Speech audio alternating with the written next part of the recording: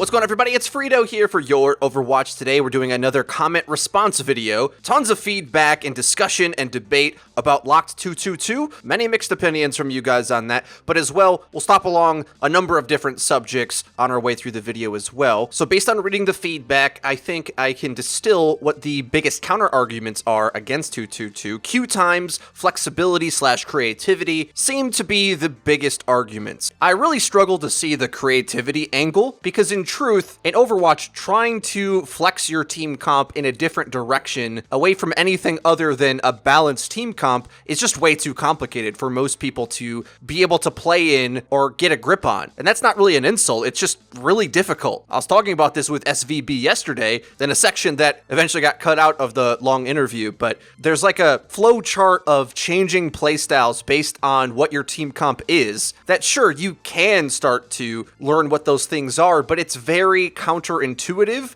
and it's not the norm in ranked. If we lived in a utopia where everybody looked to the hero pools of their teammates and they tried their best to make the most optimal comp with that skill set. All right, we have a Sim 1 trick. I guess we just have to play Bastion now, or Orisa on attack or whatever. We're just going to try to get everything to work all the time. If that was a viable thing to do, then yeah, I could see this creativity argument. But most of the time, it just happens that most players don't know what to do outside of a normal balanced comp. The argument for creativity requires that we all know how to work together, and it just doesn't happen when you have random teammates with different skill sets, experiences, strengths, and weaknesses. Yes, in like a pre-made team, you can start to flex these different ideas, and of course, it wasn't in ranked where 3-3 was discovered and honed, it was in the pro circuit, and in my experience, it's either one or the two. Either players pick with no synergy in mind whatsoever, or if they have to, they'll fill into 2-2-2, but that often makes for really bad gameplay. And is why results are always so haphazard, chaotic, and unpredictable, because you don't want your Genji main playing Rhine. Completely different skill sets. Filling is really bad for the game, but you also need to do it for the comps to work, so it's like doubly bad. Forcing players to play things they're not actually good at for the good of the team, that's how you get like these seesaw results where you never feel stable in a given rank. You can just slide up or down based on the luck of the draw of the teammates and what team comps get played. And the only way to make any of this reliable is to lock things down. And this is where I'm kind of gonna pivot this discussion into being overall the reason why I think we have to go to Force 222, because there was a comment I saw that essentially said this, I'm paraphrasing slightly, I don't want long queue times for DPS, instead I want my teammates to play the roles they actually play. And I read this and I like face palmed through my face. That's exactly what a role queue does. Now, yes, you might get longer queue times, but this structured, reliable state of play where your teammates are queued for the role they actually are ranked at all the time is what Lock 222 does. We can go on and on about all the different arguments here. I'm trying not to belabor the point, but I do realize that a massive balancing overhaul would be needed, and I think if you guys want, we can get into depth on what suggestions would make heroes competitive in their role. I mean, remember, there's heroes like Roadhog who don't get buffed despite being kind of weak overall in the competitive meta in comparison to other off-tanks like D.Va,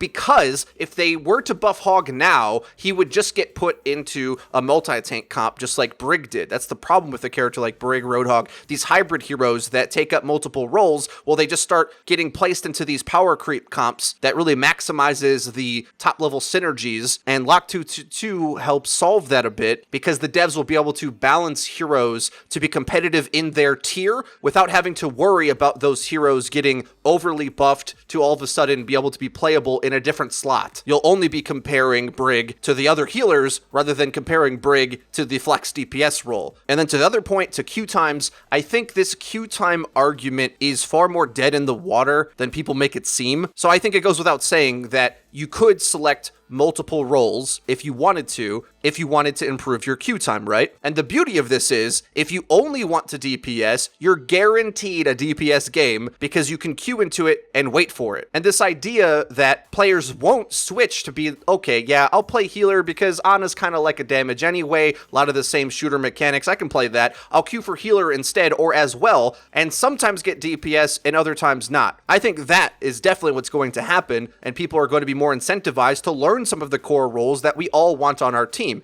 It's the only way we rid ourselves of this big lottery where you don't have a tank player or you don't have a healer at all, and I think it's a very worthy sacrifice to make. In reality, the system we have now allows anybody to, in effect, throw the experience for the whole team because anybody can overly pick DPS and be lacking the core teamwork characters that make an Overwatch comp game fun and playable for that matter. Or we go into a locked system where everyone waits their turn. And last point on this, I have heard a lot of people say that this doesn't help the toxicity problem, and I'm overblowing the amount that this will help the culture of ranked. Disagree completely. I think it's going to do wonders for toxicity. Let me give you an example. When you go to the bank, there's some people waiting in line, tellers at the desk. I know that in order to be helped and served, I have to go stand in the queue. I keep a reasonable amount of human personal distance away to not annoy the people around me. The teller calls up the next person. We all go one by one, wait our turn, and eventually get what we were coming for. This is what an ordered system looks like, where cultural norms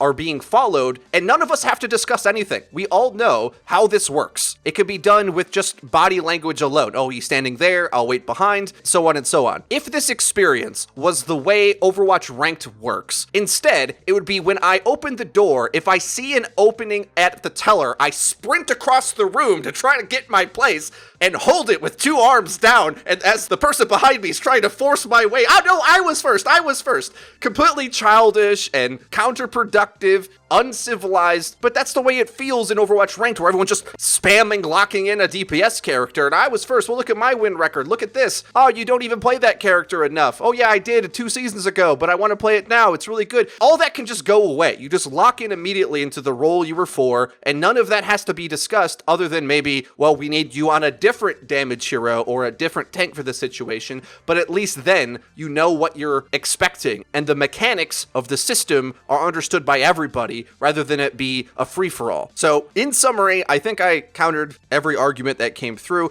Queue times, well, queue for different roles, learn other roles, or just play quick play if you want to play DPS nonstop. It's really fun. And moving on a bit to other topics, I have seen a couple comments asking why I've been posting so much quick play recently, and it's to this point exactly. I think you'll find that if you rid yourself of assuming that Overwatch Ranked is the premier game mode, and instead remember it's actually quick play, you can have a ton more fun in Overwatch. Go into quick play, play either your favorite heroes or heroes you'd like to learn, heroes you never get to play in Ranked, and just make cool stuff happen. You see, the lack of structure that exists in Overwatch isn't really a problem in quick play for me, because a game goes badly, you don't have a good comp, their comp's better, it's kind of whatever. You're not really losing anything, just move on to the next game, and it's all about having fun. I actually kind of got inspired when I watched a YouTube video by a guy named Level Up Lifting, which he only plays quick play, and it's my favorite video of his. It's just Junkrat destroying everything in quick play, adding a bunch of memes and sound effects to punctuate the experience, and that kind of joy of playing the game comes back when you start to play the other modes. Listen, Overwatch community, it's not our fault that Blizzard did not put serious attention to the necessary structure that a ranked mode should have. They just laid out an environment that makes sense for casual modes, but is not fit for purpose for what a competitive experience should feel like. All this talk about creativity and feeling like you can do whatever you want, it exists in the other modes, and I suggest we all play them. I want to be a proponent that ranked shouldn't be the main thing you do if that's your attitude. I want to see ranked mode get harder, more structured, more hardcore, and if that isn't what people want, they should play these other modes that are a ton of fun. They work because neither team is usually running some supreme meta comp, and because we all know there is an SR on the line, everyone's just playing for fun. That's what Overwatch should be about, but not in ranked mode, right? Ranked shouldn't be a place where you relax after work. Quick play should be. So everybody, play more quick play, which I know I don't even have to tell a lot of you to do so, because over the years where I've been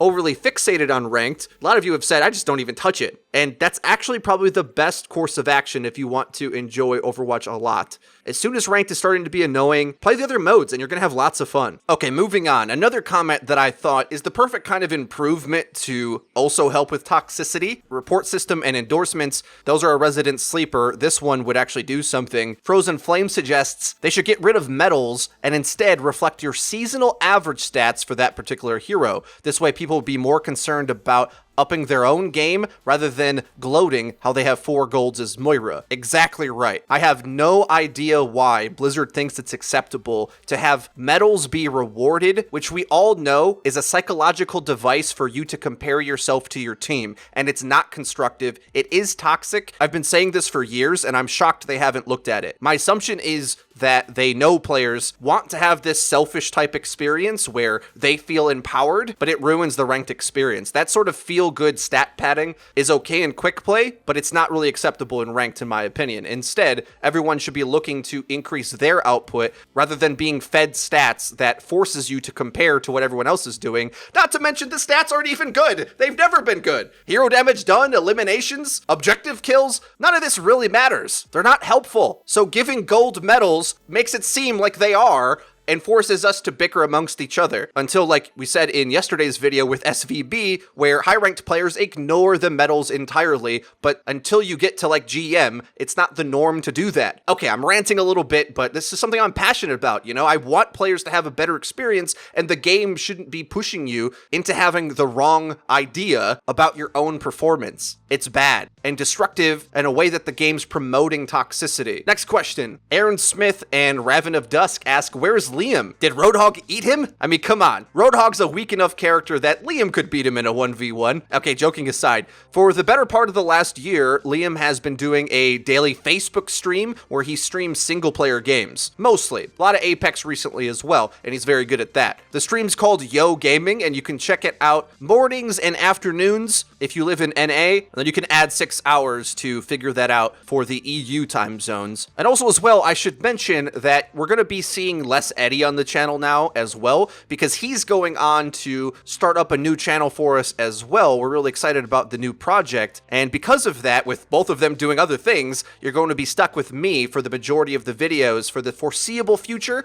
Things might change, but at least for now, there's going to be an obnoxious amount of FREEDO videos. I apologize for that, but don't worry, we're still a strong team. We're just diverting our resources a bit, but as you could tell from even the past few weeks, it hasn't really slowed down our upload schedule at all, so don't worry about anything changing other than the fact that I'll be voicing the vast majority of the videos moving forward. Last few comments for the video. Random comment guy said, I'm getting tired of every video being, quote, this doesn't kill goats. I always get confused when I get a comment like this. It makes me wonder, are you mad at me for evaluating that to be the case, or are you mad at Blizzard for not actually nerfing the things that are important to kill goats? Remember, I don't want big buffs and nerfs. I want hero bans at the pro level of play so they don't have to overcorrect with balance. But when I give my take on the actual impact of a buff or nerf, I'm going to be honest with you, and I think we should judge it based on what it is. They're trying to kill goats. And the scary thing is, my prediction on the CC rework is looking to be pretty confirmed. Lucio and Brig with insane CC are the biggest winners in that new interaction, and because of that, goats got better. The speed nerf hurts Lucio a bit,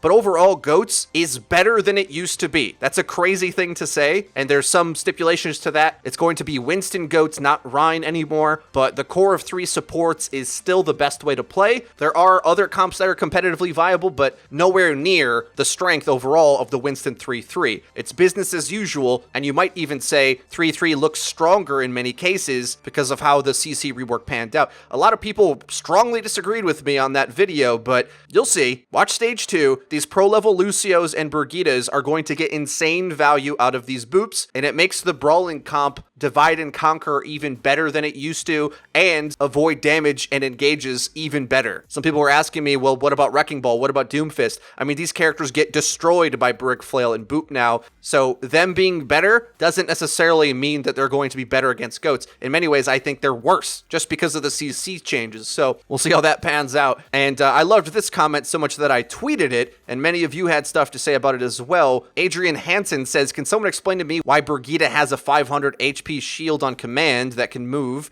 and Winston has a 600 HP shield every 13 seconds. Yeah, that one's a serious mystery. It doesn't make any sense, frankly. Winston's bubble is much bigger, which makes it way easier to focus, whereas Brigida's shield, she actually can hide it, and because it's so small, you can put it in front of your squishy Zen and essentially make him into a superhero. Because of how much health it has on a small hitbox, it is way better than a Winston shield. In fact, in Winston floats, it's more like Brigida's your main tank. And I know they're patching all sorts of stuff, but it's until this barrier value gets to a reasonable place that starts to change. Brig should not be a replacement main tank, and she is. Last comment, Ella Sandro says, remember when Reaper had a grenade launcher in the trailer? He needs that. Saw this comment and as well many other people suggesting a smoke nade or other cool things for Reaper. Yeah, I think that's where they should go, because although the new Shadow Step will be fun to use, it's still just this gimmicky movement ability on a hero who, let's face it, the power creep of the game is kind of leaving him behind. Guys, that's gonna be everything for this comment response video. I hope you did enjoy it, and if you did,